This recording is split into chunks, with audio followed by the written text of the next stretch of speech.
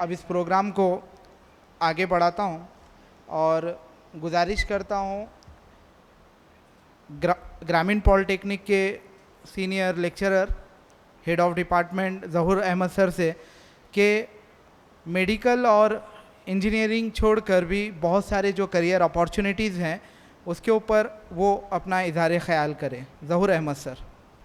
औज़ुबिल्लाहि मिनश्शैतानिर्रजीम बिस्मिल्लाहिर्रहमानिर्रहीम नहमदु व नुसल्ली अला रसूलिहिल करीम अम्मा बाद क़ाल अल्लाहु ताला फ़िल क़ुरानिल मजीद वल फ़ुरक़ानिल हमीद बिस्मिल्लाहिर्रहमानिर्रहीम वला तंज़ुर नफ़्सम मा क़द्दमत लिग़द सदक़ल्लाहुल अज़ीम व मौलाना करीम।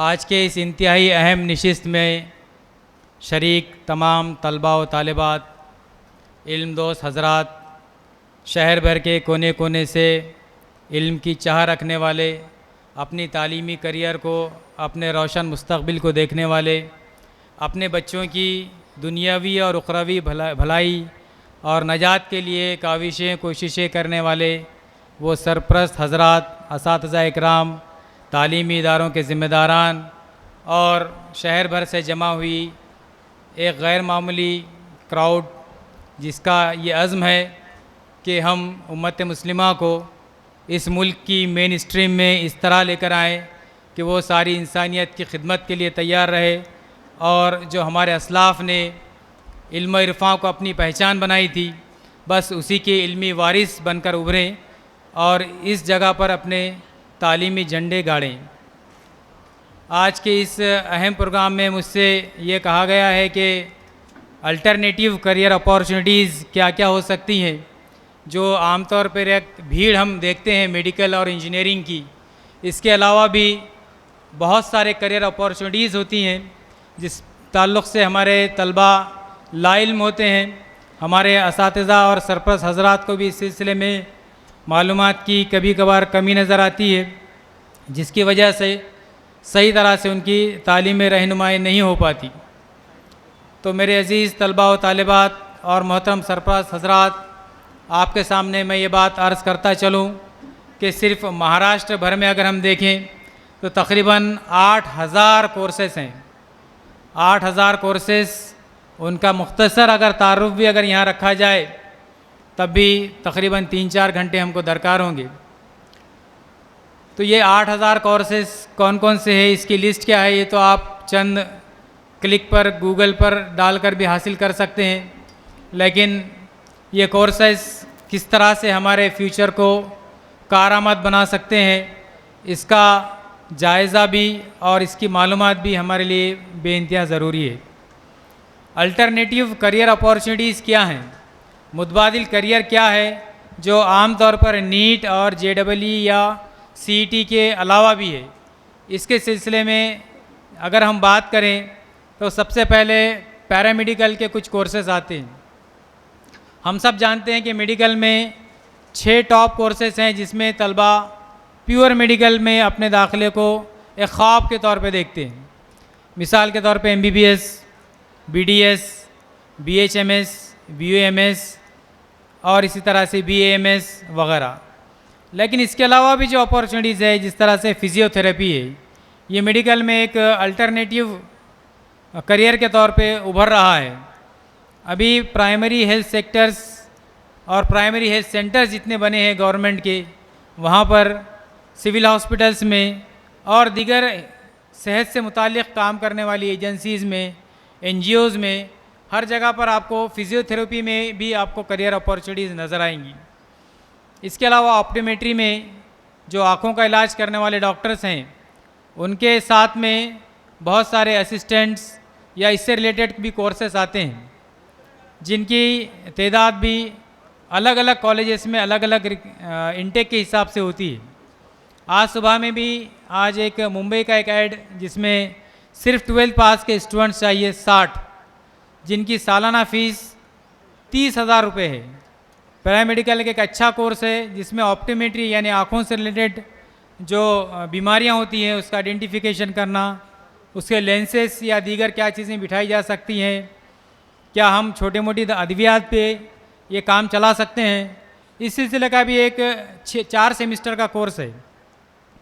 इसके अलावा एक्सरे टेक्नीशियन, इसके अलावा जो आजकल किडनी के प्रॉब्लम्स और लीवर के प्रॉब्लम्स आ रहे हैं, खून में ख़राबियों के नतीजे में बहुत सारे प्रॉब्लम्स आते हैं, तो ब्लड ट्रांसफ्यूजन के कोर्सेज़, इसी तरह से डायलिसिस के कोर्सेज़ और बीएससी इन पैरामेडिकल के नाम से अलग अलग कोर्सेज़ भी हम कर सकते हैं। खुद अगर हम नांदेड़ शहर में भी अगर कोर्सेज़ देखना चाहें तो यहाँ पे भी बहुत सारे कॉलेजेस में अलग अलग किस्म के पैरामेडिकल कोर्सेज़ आते हैं, जिसमें नुमाया तौर पर ऑपरेशन थिएटर टेक्नोलॉजी OTT का एक कोर्स है जो 1 साल 8 महीने का कोर्स होता है।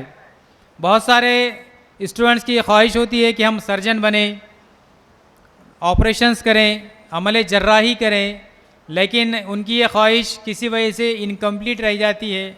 कभी नीट में मार्क्स कम होते हैं या कुछ और दीगर वजूहात की वजह से ये ख्वाहिश कंप्लीट नहीं होती। तो ये उनका ये ख्वाब 100% ख़त्म नहीं होता, वो पैरामेडिकल में भी अपना करियर देख सकते हैं। ऑपरेशन थिएटर टेक्नोलॉजी में 1 साल में 2 सेमेस्टर कंप्लीट करने के बाद 8 महीने किसी सर्जन के पास ट्रेनिंग करवाई जाती है। लड़कियों के लिए एक बहुत अच्छा कोर्स है ये, जिसमें किसी गायनोकोलॉजिस्ट वगैरह के साथ में रहकर किसी सर्जरी करने वाली, डिलीवरी वगैरह करने वाली जो डॉक्टर्स है उनके पास उनको ट्रेनिंग लेकर उस ट्रेनिंग से अपना फ्यूचर बनवा सकती हैं। तो 12वीं साइंस बायोलॉजी जिसका है सब्जेक्ट, ऐसी स्टूडेंट्स को ऑपरेशन थिएटर शॉर्ट टर्म का कोर्स है, ये सिर्फ 2 साल के अंदर कंप्लीट होगा। 1 साल आपको 2 सेमेस्टर में 3-3 पेपर लिखना होगा, जिसमें एनेस्थेटिक और दीगर इक्विपमेंट्स वगैरह की मालूमात दी जाएगी। इसके अलावा ऑपरेशन से पहले क्या चीज़ें करनी पड़ती है, दौरान ऑपरेशन क्या करना पड़ता है और ऑपरेशन ख़त्म हो जाने के बाद क्या करना पड़ता है, इस तरह की 3 अलग अलग सेक्टर्स की मालूमात इस ऑपरेशन थिएटर टेक्नोलॉजी के कोर्स में सिखाई भी जाती है और इसकी ट्रेनिंग दी जाती है। तो ये एक अच्छा कोर्स ऑपरेशन थिएटर का स्टूडेंट्स को मिल सकता है। इसके अलावा मेडिकल लैब टेक्नोलॉजीज़ के भी बहुत सारे कोर्सेस नांदेड़ में अलग अलग कॉलेजेस में पाए जाते हैं। इसमें 3 किस्म की एंट्रीज़ होती हैं। जो AICT all India council for technical education से अप्रूव्ड कोर्स है उसे DMLT कहते हैं, diploma in medical lab technology. 10वीं पास के किसी भी तालिब इल्म को 3 साल का ये कोर्स कंप्लीट करने की एक मौका हासिल होता है। अगर वो 12वीं साइंस है तो उनको डायरेक्ट सेकेंड ईयर में BMLT में एडमिशन का मौका हासिल रहता है, DMLT में। और अगर 12वीं साइंस है तो एक BVOC नाम का भी कोर्स है जो doctor Baba Saheb Ambedkar technological university ने स्टार्ट किया है, पिछले 3-4 सालों से नांदेड़ में भी अवेलेबल है। तो इस कोर्स के ज़रिए भी आप जो है कुछ टेस्टिंग वगैरह के जो काम होते हैं, यूरिन के, ब्लड के, स्पुटम वगैरह के, ये कोर्सेज़ का सैंपल का कलेक्शन सेंटर आप खुद का डाल सकते हैं। और किसी MD पैथोलॉजिस्ट के साथ आपका अगर टाइप है तो आप वो सब चीज़ें भी वहाँ पर उनको एज ए टेक्नीशियन की और दीगर खिदमत आप जो है दे सकते हैं। और ये एक पैरामेडिकल का एक अच्छा कोर्स है। BMLT का कोर्स 3 साल का होता है और अगर डिप्लोमा 10वीं के बाद करें तो 3 साल होता है। 12वीं साइंस के बाद एक बड़ी डिग्री आपको BVOC बैचलर ऑफ वोकेशंस की सूरत में मिलती है। तीसरा अहम कोर्स मेडिकल इमेजिंग टेक्नोलॉजी के नाम से है, जिसमें आप x ray, sonography, colour Doppler, CT scan, MRI और इस तरह से इमेजिंग के जो चीज़ें होती है वो कोर्स कर सकते हैं। इसमें भी कुछ ट्रेनिंग और कुछ थ्योरी और प्रैक्टिकल के सेशंस होते हैं। ये भी 3 साल का कोर्स है, इसका भी BVOC नाम है, bachelor of vocations in medical imaging technology. तो ये सारे कोर्सेज भी आपको शहर नांदेड़ भर में मिल जाते हैं। इसके अलावा अगर आप पैरामेडिकल में और दीगर कोर्सेज देखना चाहें तो ऑर्थो से रिलेटेड भी कुछ कोर्सेज होते हैं। हड्डियों के डॉक्टर्स वगैरह जो हैं वो डायरेक्ट ट्रीटमेंट के बाद बहुत सारे ऐसे सपोर्टिव या मेडिकल असिस्टेंट के तौर पर बहुत सारे कोर्सेज भी आप करके उस फील्ड में भी अपना करियर बना सकते हैं। इसके अलावा ऑप्थोलॉजी के कोर्सेज जिसका मैंने आपको जिक्र किया, ऑर्थो के कोर्सेज, इस तरह के भी बहुत सारे कोर्सेज हैं जिसमें हम पैरामेडिकल में अपना एक मकाम, एक प्लेस खुद का क्रिएट कर सकते हैं। आजकल दांतों के अमराज बहुत बढ़ गए हैं।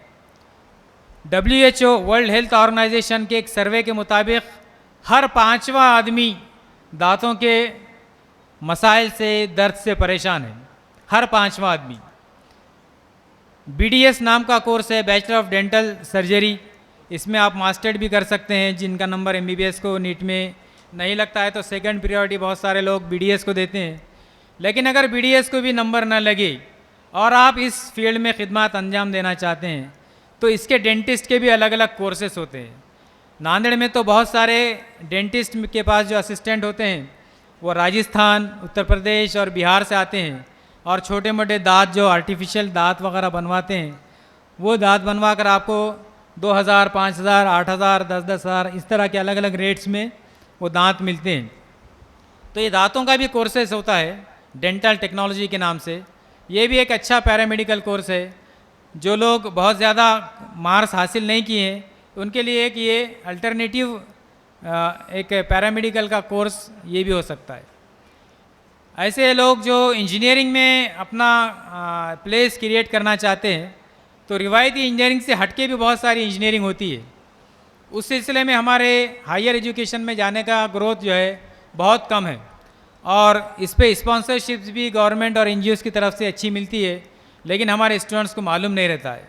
मिसाल के तौर पर रिवायती जो इंजीनियरिंग कोर्सेज है वो हैं सिविल इंजीनियरिंग, इलेक्ट्रिकल, मैकेनिकल और इस तरह के कोर्सेस, जिसका आम तौर पे चर्चा रहता है। हर इंजीनियरिंग कॉलेज में ये आसानी से अवेलेबल हो जाते हैं।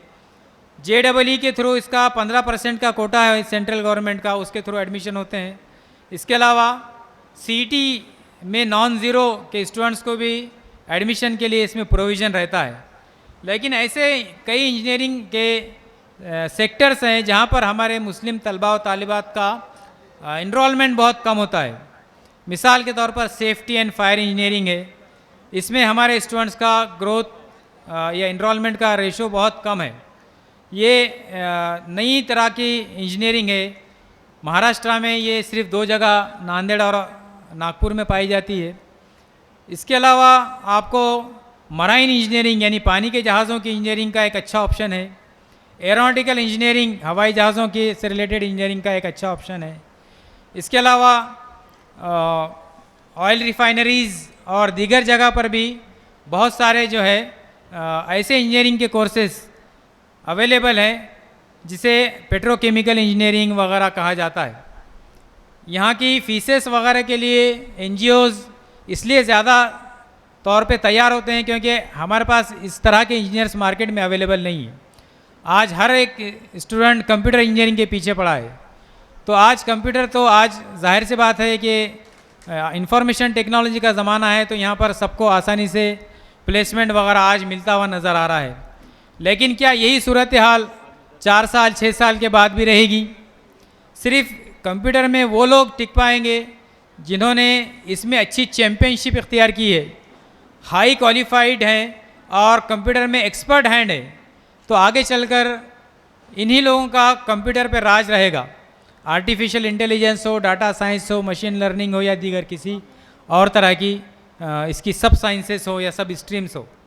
लेकिन एवरेज, बिलो एवरेज अगर कोई कंप्यूटर सेक्शन में आगे 4-6 साल के बाद में करियर अपॉर्चुनिटीज़ या रिक्रूटमेंट के सिलसिले में तगदो करेगा तो बहुत परेशान रहेगा।